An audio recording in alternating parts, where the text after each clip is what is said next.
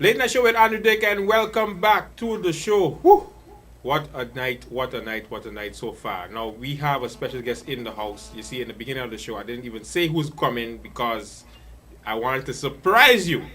And I'm surprising you now by showing you him on the screen. Member of Parliament, Mr. Romain Laville. How are you doing, sir? I'm doing fine, man. Thank you very much for having me today. Hey, no problem. Last time I said, you had to come. You had to come, and I was waiting, and you wasn't even on the island. That's true. That's true. I, But I had to go. There was a trip that we had to take, me and one of my colleagues. So, but I did promise you when I get back, I'll definitely come, and I'm here. here he is. Okay, let's talk some issues. Now, recently, labor has been taken the forefront, um, especially the 6 month, the short term contract, and so on. As member of parliament, also the leader of the biggest party in parliament. What's going on with that is concerned? Well, there's no secret out there that labor has been one of the biggest issues that we've been facing in St. Martin for quite some time. I think it stems from the economic growth that St. Martin has gone through.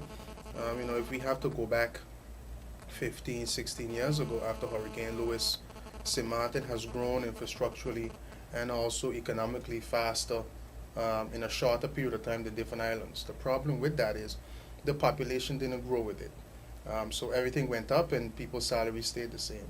And what you see we have now is we have a lot of employers that basically take advantage of the employees is widespread. Just last night I was having a discussion with some of my friends at one of the restaurants in Phillipsburg, and one of them brought up an issue where a gentleman of a Haitian background, he has a Dutch passport, so he's a citizen.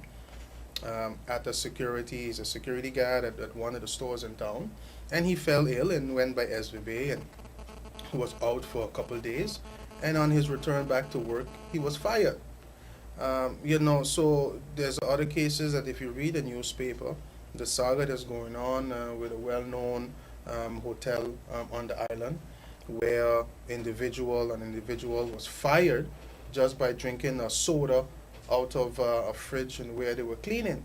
When you see things like this, it's warning signs that the island isn't where it should be. So there's a lot of issue that is going on with our labor department, labor force on a whole.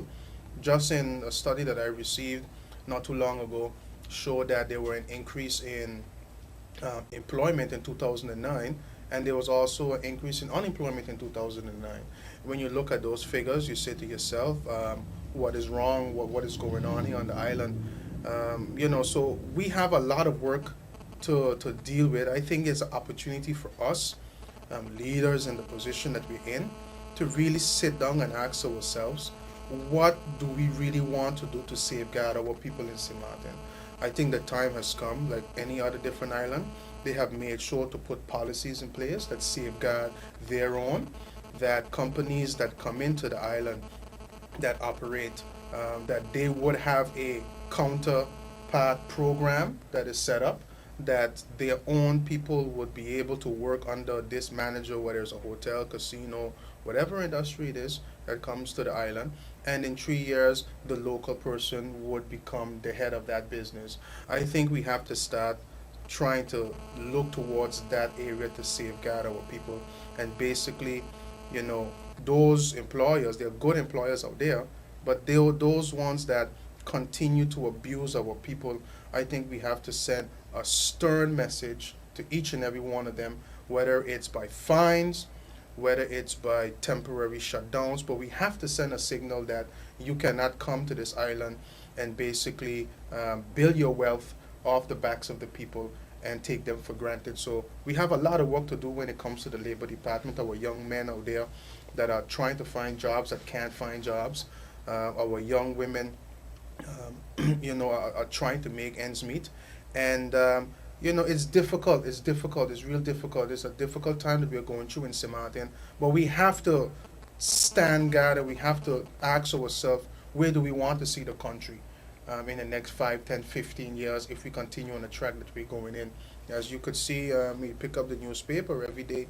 There's a lot of different criminal activities that are going on St. Martin. You're seeing murders are happening almost every single day when you pick up the newspaper, things that you're not accustomed to in St. Martin. Yeah. So there's a social breakdown, a social disorder, social collapse that is going on. And I think if we continue all the time to only focus on big business on the St. Martin, and yes, we need the big businesses on St. Martin, but we need our people to also benefit from those big businesses.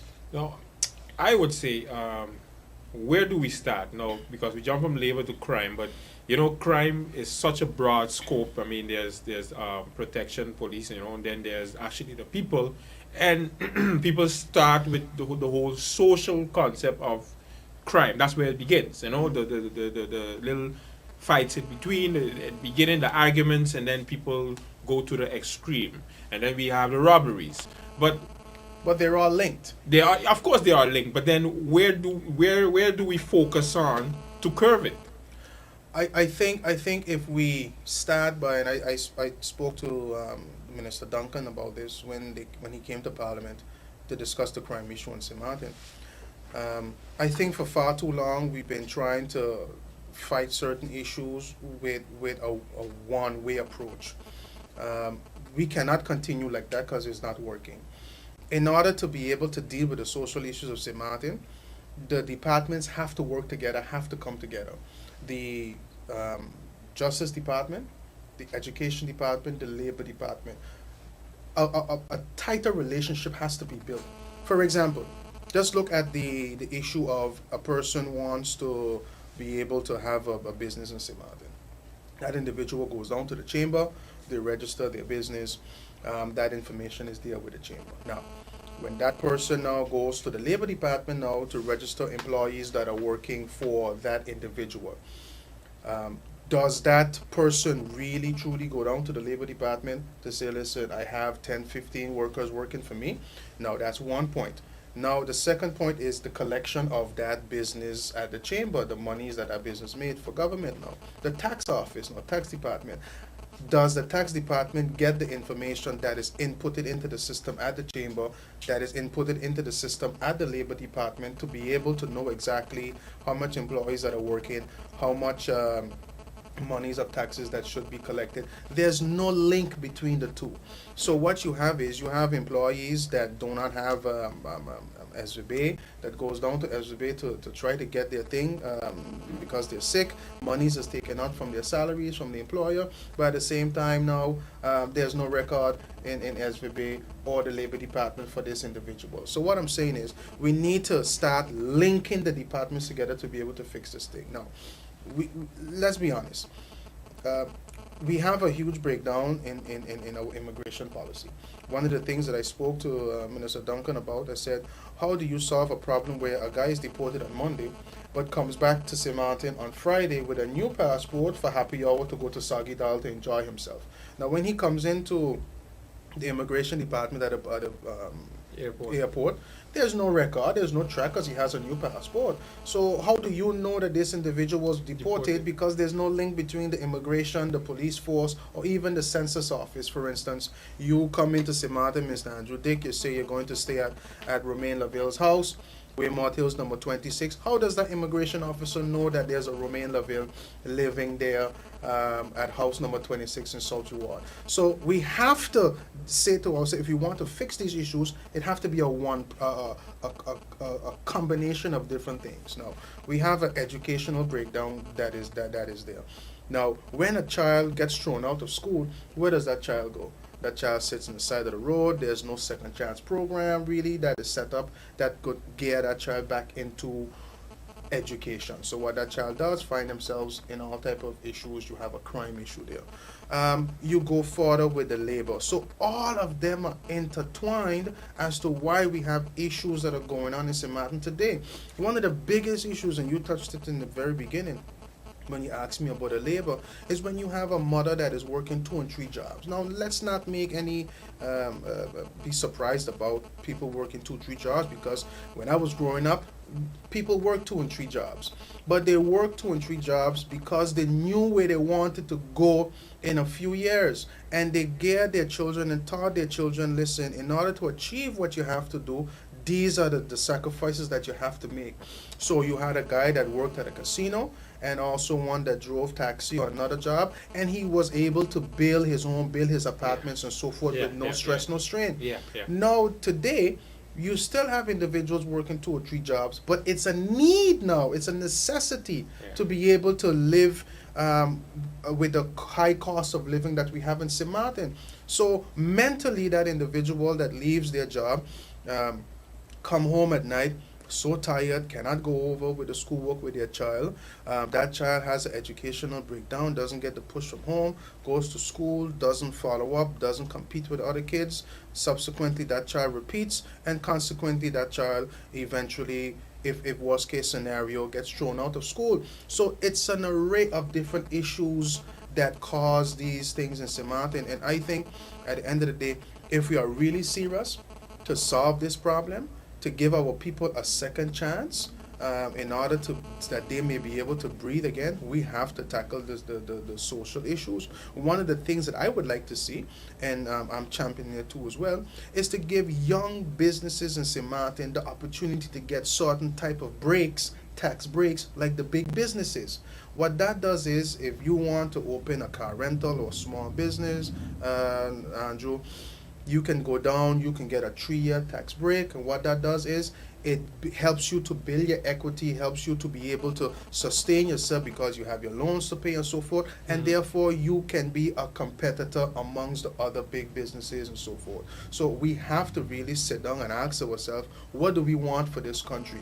Do we want to continue the same way? Because at the end of the day, what you're going to have is, we're gonna have individuals now. This young generation are not like my mother or my grandmother days. There's no loyalty. At the end of the day, they cannot sit down and support a party or support their mother's party or political alliance Yeah. when they have to come home and open up the fridge and see there's nothing inside of the fridge but water, and ask themselves, why are we supporting individuals that are not looking out for our interests and our needs? It's not giving them anything, Andrew. It's putting the opportunity in the center, that if they work hard, they can achieve it, they can reach out and grab it, instead of it only being among certain people. Because we have been planting something on St. Martin for a very long time, and I'm fearful that what we've planted, we are seeing the fruits now that are happening in St. Martin. A couple of years ago, I was talking to somebody, and I said, what you're seeing in St. Martin with the crime that is going on, it was less than, but I saw something. I said it's like a woman that is 9 months pregnant, and when she reaches to the point where she has to give birth, she starts to feel these pains, these birthing pains, that lets her know that something big is coming out. Yeah. And these are what we are seeing in St. Martin right now. These situation is going on, are signs to let us know that we are on the wrong track, and we have to look out for our people. Listen, I'm sitting down in a debate in Parliament, the budget, in December 21st. I got home 1 o'clock in the morning. My house was broken into. Our former Minister of Health, Labor, and Social Development, Maria Boncampo, she was held up in our home at knife point. One of my colleagues, Mr. Louis Lavile, they tried to break in his house. One of my good friends, the Minister of Finance, Hiro, they tried to break in his house 4 o'clock in the morning. Not in the afternoon or in the night time, but 4 o'clock in the morning, knowing well that he's home with his family. This is where the island is going now, and it's scary that we cannot walk down the street. Every time I have to pick up my phone and call my mom to find out if she's okay at home. We have to change course on this island. We have to do it, and we cannot sit back and leave it up to any individual, any politician, any person. As young people, it is up to us to be able to deal with this issue, and we have to have the, as I like to say, the testicular fortitude, or for the women, you would say the ovarian fortitude, to be able to say enough is enough. We have to change this course of St. Martin. But